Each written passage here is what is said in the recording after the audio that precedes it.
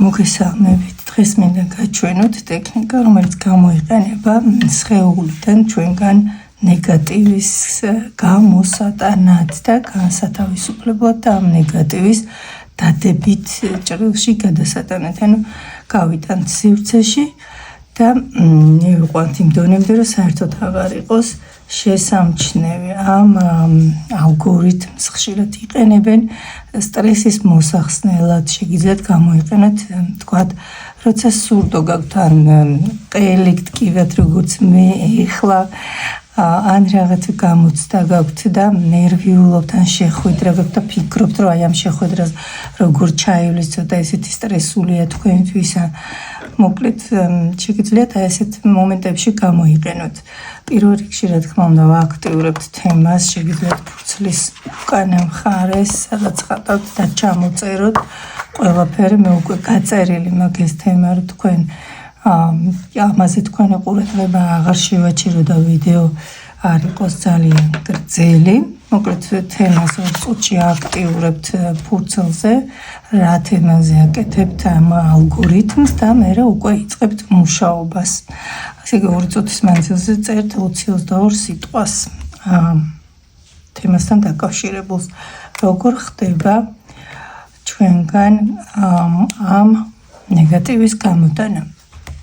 დაფიქრდით, სანამ დაიწყებთ ხატვას, დაფიქრდით, იფიქრეთ იმ ემოციებზე, რაც გაწუხებთ, იფიქრეთ, თქვათ, თუ კი ვაკეთებთ ტკივილის მოსახსნელად, იფიქრეთ აი ამ ტკივილზე სხეულში რა ადგილას გაქვთ, წარმოიდგინეთ, რომ მოაგროვეთ ეს ტკივილი ერთ ადგილას, ან სტრესი, ან ნეგატიური ინფორმაცია, შემდეგ ღრმად ჩაისუნთქეთ და ამოსუნთქვისას აკეთებთ ასეთ გამოდენას ქაოტური მოძრაობით. ჩავისუნთქეთ და თვალები დახუჭეთ და გამოვიტანეთ აი ასე.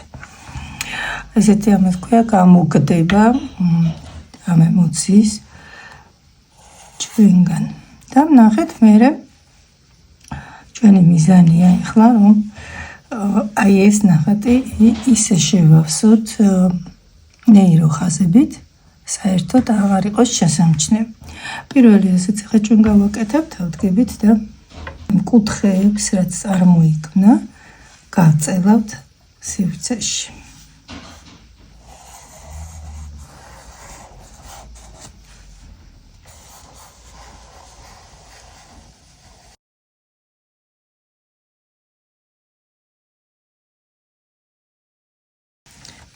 ესე გაწელეთ. ანუ გავიტანეთ სივრცეში. მე უკვე შეგვიძლია კიდე დავამატოთ ზედ ჩვენი ხაზები.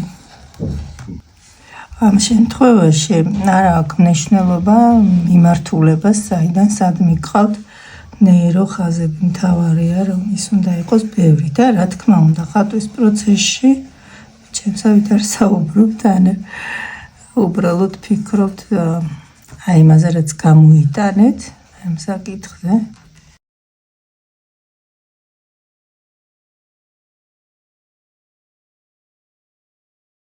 ახლა რას ვაკეთებთ, ვაკვირდებით, ძალიან მჭიდროდ მოხდა გადაკვეთა. ის ადგილები გავანეიტრალოთ, აი მაგალითად, აი აქ ძალიან ბევრი არის რაღაცა დაგროვილი და წრეში შეგვიძლია ჩავსვათ და გავანეიტრალოთ წრეებით ეს ადგილები. წრე ეს არის ჰარმონია. და მოდით ჩავსვათ წრეში. აი აქაც რაღაცა თვალში მხდება, აი ეს რაც გამოვყავი, ამიტომ მოდით ამასაც ჩავსვავ წრეში. და შეგნით დავამუშავ და აი ეს ადგილიც არ მომწონს. ჩავაწყრევებ ასე. მე თუ კიდე დამრჩება რაღაცა ადგილები, სადაც მომინდა რომ ჩავხატოთ წრეები, თქვათ აი ეს ბევრი გადაკვეთის ადგილი. აქაც შემიძლია პატარა წრე დავამატო და აი აქ მომინდა რომ ესეც გავცდი საზღვრებს, მაგრამ არ აუშავს. აი აქაც ანუ თვალში რაც გვხვდებათ, ნახეთ გადაკვეთები ბევრი. ეს შეგვიძლია გავანეიტრალოთ წრეში ჩასმით. და მერე შიგნიდან დავიწყებთ დამუშავებას. ეხლა უკვე გადავდივართ ნეიროგრაფირების პროცესზე. ანუ გადაკვეთის ადგილებს ვამგვალებთ შიგნიდან.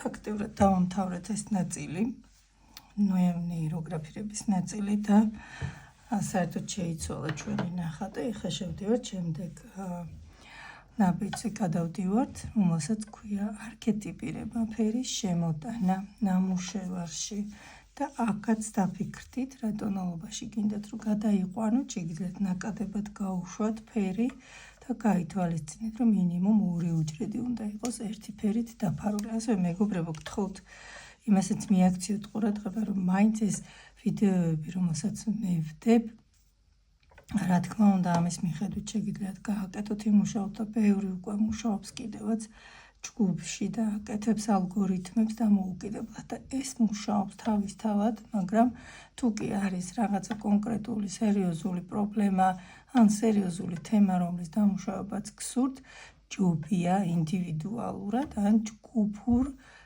სეანსებზე შევხვდეთ ერთმანეთს, სადაც უფრო ვრცლად ფართოდ გავდივართ ყველაფერს და იქ უკვე მოგცემთ ალგორითმებს, რომელსაც საჯაროდ ვერ გამოვიყენებ, უბრალოდ არ მაქვს ამის უფლება. მეთოდის ავტორისგან რისი გამოყენების უფლებაც მაქვს ალგორითმების, ის შემიძლია რომ გაგიზიაროთ საჯაროდაც და არის ძალიან კარგი ქმედითი სპეციალური ალგორითმები, რომელიც არის ვთქვათ სხვადასხვა თემებზე და ეს შეგვიძლია უკვე გამოვიყენოთ ინდივიდუალურად მუშაობისას ჯგუფში ან ცალკე პერსონალურად თუ კი გვექნება შეხვედრები ვიყენებთ ამას ასე. აი ნახეთ, საკმაოდ სასიამოვნო პროცესია, მინდა გითხრათ აქაც რომ როდესაც აფერადებთ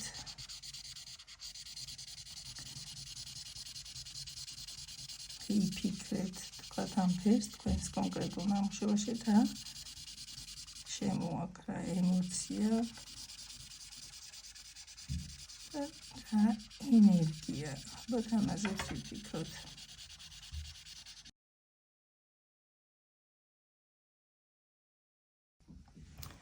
ესეც დავასრულეთ, ეხლა ჩვენი ეს ნაწილი და დაგვრჩა მთავარი ბოლოსკენ, რასაც ვაკეთებთ, ვირჩევთ ფიქსაციის ფიგურას და მას გამოვყოფთ, მაგრამ მანამდე მარჯვენა კუთხიდან მარცხენა კუთხეში ვავლებთ დიდ, ძლიერ ენერგეტიკულ ხაზს, რომელსაც შემოგვაქვს ჩვენს ნამუშევარში სამყაროს ენერგია. დავიწყოთ. ჩვენ შეგვიძლიათ უკვე არსებულ ზოლს გადავატაროთ ხაზს რამეს ან შეგიძლიათ ახალი გაავლოთ, უბრალოდ ნახეთ გავლების შემდეგ უნდა გადაკვეთის ადგილები ისევ მოამგვალოთ და ეხლა ვირჩევთ ფიქსაციის ფიგურას. თქვენ შეგიძლიათ აირჩიოთ ერთი ან ორი ფიქსაციის ფიგურა და შეგიძლიათ აირჩიოთ, რა თქმა უნდა, უკვე გამოყოფილი წრე, შეგიძლიათ რაღაცა სხვა ფიგურაზე გაამახვილოთ ყურადღება და ის აქციოთ თქვენი ფიქსაციის ფიგურად, ხო?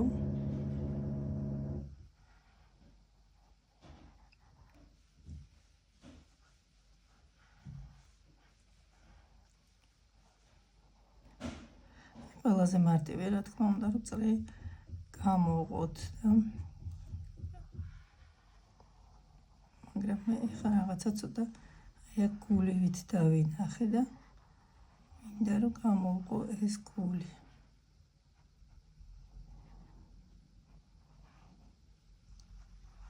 და რა თქმა უნდა, აქაც გადაკვეთის ადგილებს ვამგვალებთ.